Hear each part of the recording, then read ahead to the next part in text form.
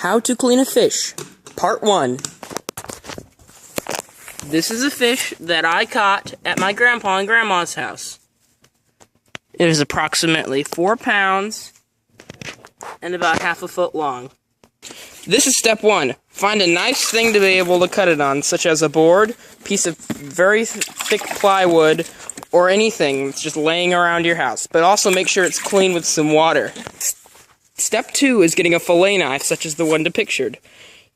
Step 3 would be to clean the fish, or step 4, depending on what steps you've skipped or have not skipped. The next thing to do is to cut down on each side of the fish, shown as right here. First, you cut the gills.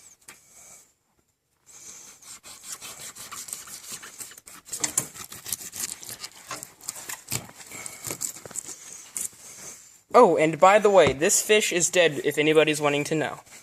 So it's not feeling anything. Ow!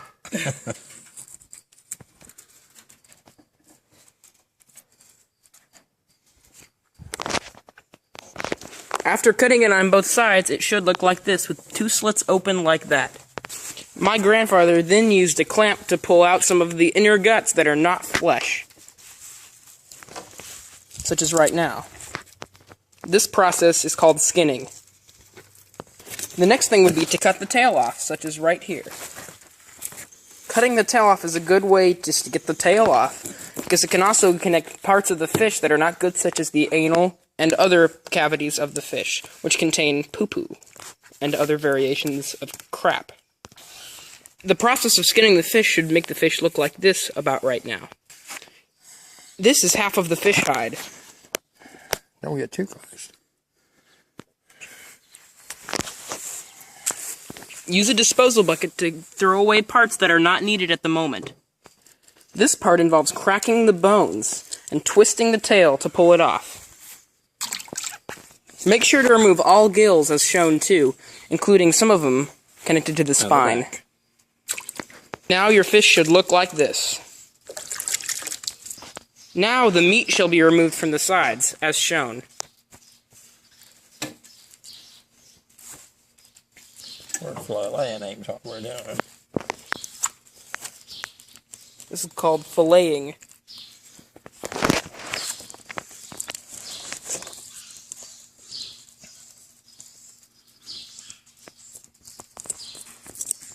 Fish. This is half of the filleted fish. This part shall be eventually cooked, cleaned, and eaten.